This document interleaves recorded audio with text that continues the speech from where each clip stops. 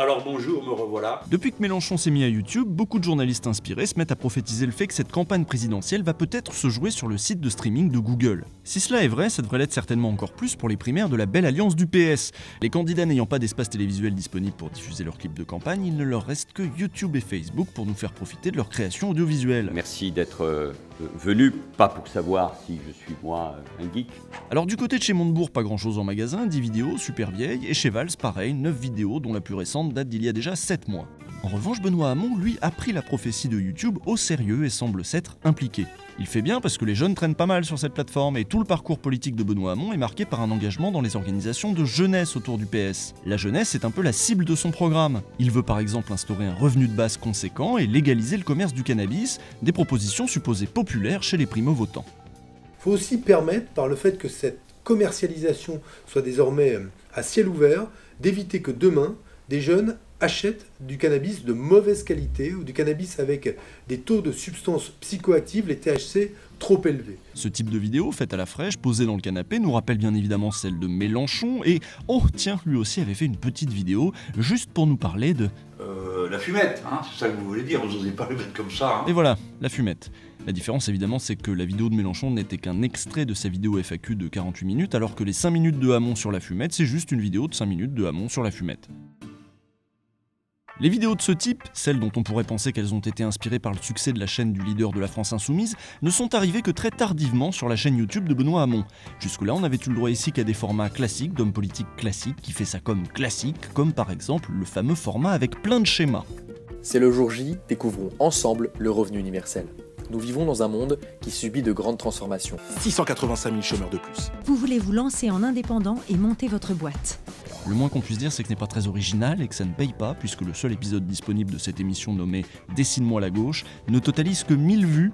Pour info, la vidéo de ce gars qui nous apprend à poncer du bois fait 55 fois mieux. Alors, on peut passer à 45 degrés, comme ça. Comme ça. Comme pour François de Rugy, l'équipe de Benoît Hamon nous a également préparé une vidéo compile dans laquelle les soutiens de sa campagne nous disent tout le bien qu'ils pensent du projet de Benoît Hamon.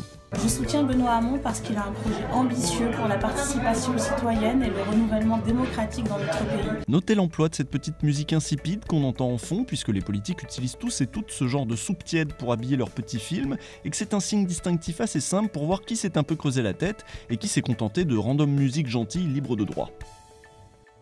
Je soutiens Benoît Hamon parce qu'il a vraiment fait du renouveau démocratique le cœur de son projet. Il est assez ironique de ne voir que des élus, donc des notables, se succéder au micro pour nous parler d'une démocratie plus participative et citoyenne. Les simples citoyens sont tout bonnement absents de cette vidéo, sauf peut-être si on compte cette tentative d'intrusion. Et ce sera finalement la seule note de joie dans cette vidéo sans saveur.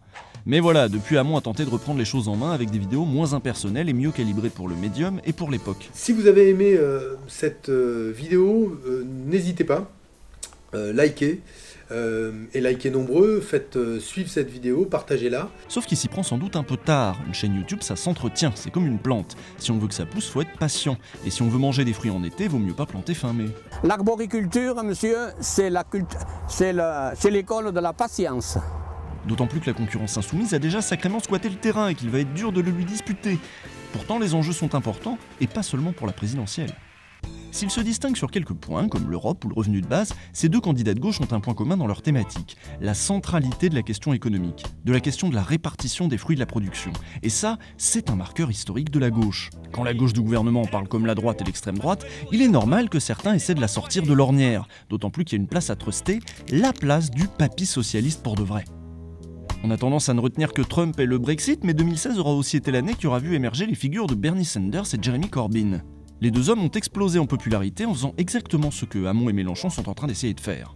Un retour aux fondamentaux du socialisme de justice sociale et un appel du pied massif vers la jeunesse qui a permis à ces deux-là de briguer des positions auxquelles on ne les avait pas forcément vus venir, poussés qu'ils étaient par ces gamins qui avaient envie que, pour une fois, la gauche leur parle comme quand elle était de gauche. Même si sa fringante cinquantaine l'empêche de jouer au pépé sympa comme s'amuse à le faire Mélenchon. Benoît Hamon sait qu'il a là un coup à jouer, un coup qui pourrait infléchir le cours de la vie du PS et de la gauche en général, incarner le retour d'un réformisme énergique qui, contrairement à celui de François Hollande, cet adversaire, c'est le monde de la finance, préférera aux grands mots les grands remèdes.